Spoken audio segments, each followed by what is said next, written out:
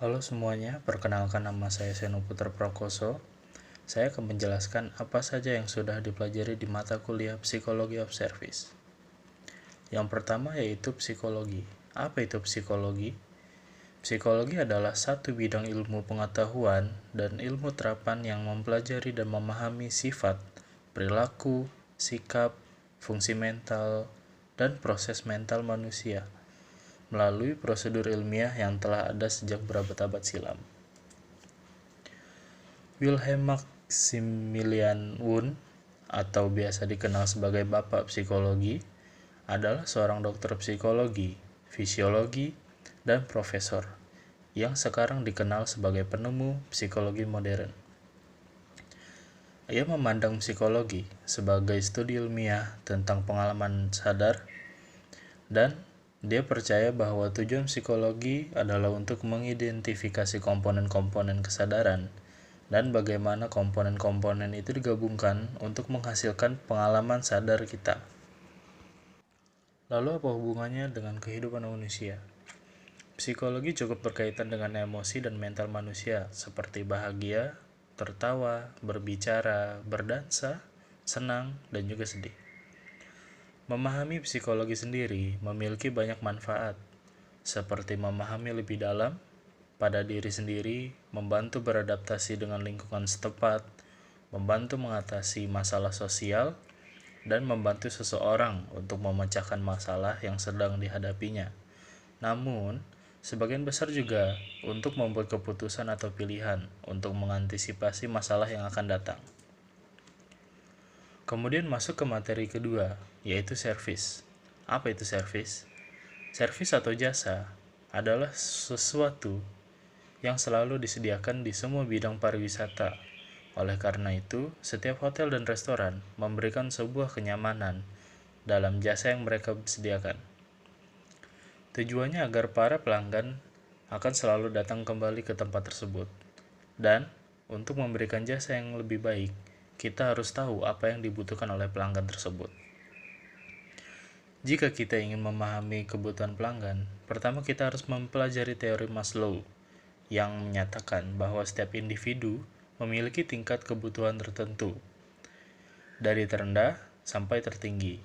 Jika salah satu kebutuhan terendah telah terpenuhi, maka langkah selanjutnya adalah memenuhi kebutuhan tersebut. Kemudian masuk ke materi yang ketiga, yaitu self-perception. Apa itu self-perception? Persepsi sendiri dapat didefinisikan sebagai pengenalan dan interpretasi kita atas informasi sensorik. Kita dapat menganggap persepsi sebagai proses di mana kita mengambil informasi sensorik dari lingkungan kita dan menggunakan informasi itu untuk berinteraksi dengan lingkungan tersebut.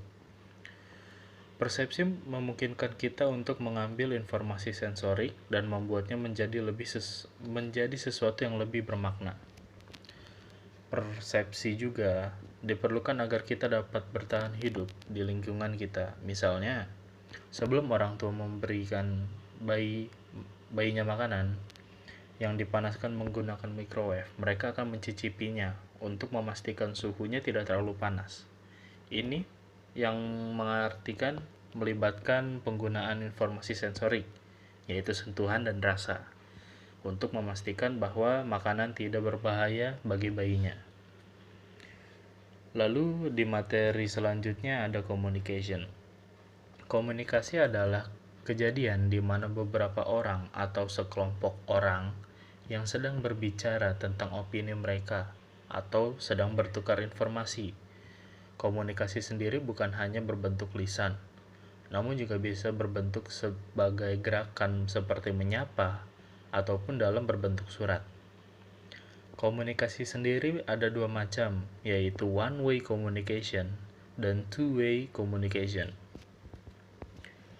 One-way communication adalah komunikasi satu arah, yang artinya seseorang yang berbicara dan hanya didengarkan oleh para pendengar.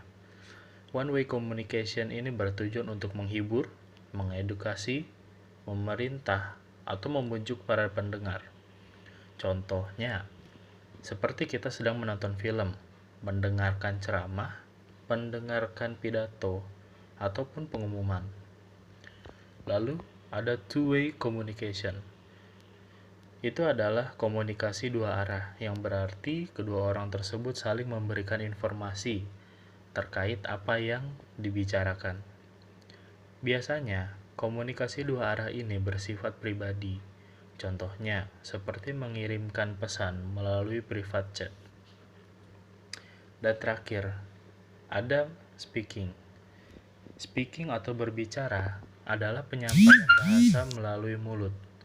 Untuk berbicara, kita membuat suara menggunakan banyak bagian tubuh kita, termasuk paru-paru, saluran suara, pita suara, lidah, gigi, dan juga bibir. Berbicara sendiri adalah salah satu dari 4 keterampilan bahasa.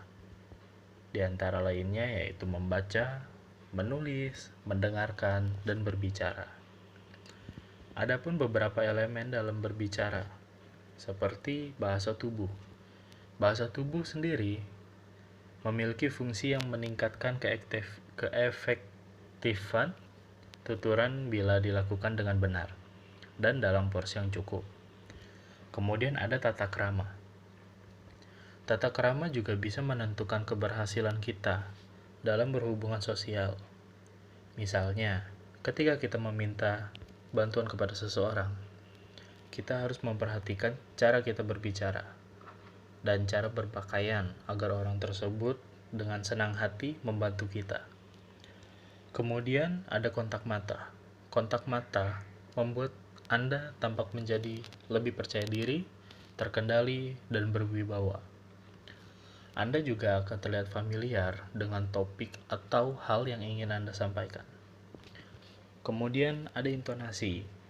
Intonasi dapat berfungsi untuk menekan kata kunci yang ingin disampaikan. Dengan intonasi ini, seseorang pembaca dapat menekankan pada beberapa kata yang paling penting, sehingga dapat ditangkap sebagai sesuatu yang sangat membutuhkan perhatian lebih. Kemudian ada kejelasan. Kejelasan juga dapat diartikan sebagai keterbukaan dan transparansiasi. Dalam berkomunikasi, kita perlu mengembangkan sikap terbuka sehingga dapat menimbulkan kepercayaan dari penerima atau tim kita. Kemudian ada energi. Tujuan utama berbicara adalah menginformasikan gagasan pembicara kepada pendengarnya. Berbicara sebagai bentuk komunikasi dapat digunakan untuk banyak tujuan. Ya, tadi semua adalah rangkuman dari mata kuliah Psikologi of Service yang telah dipelajari. Cukup sekian dari saya. Mohon maaf bila ada tutur kata yang kurang berkenan. Saya Sanu Putra Prakoso, pamit undur diri. Terima kasih.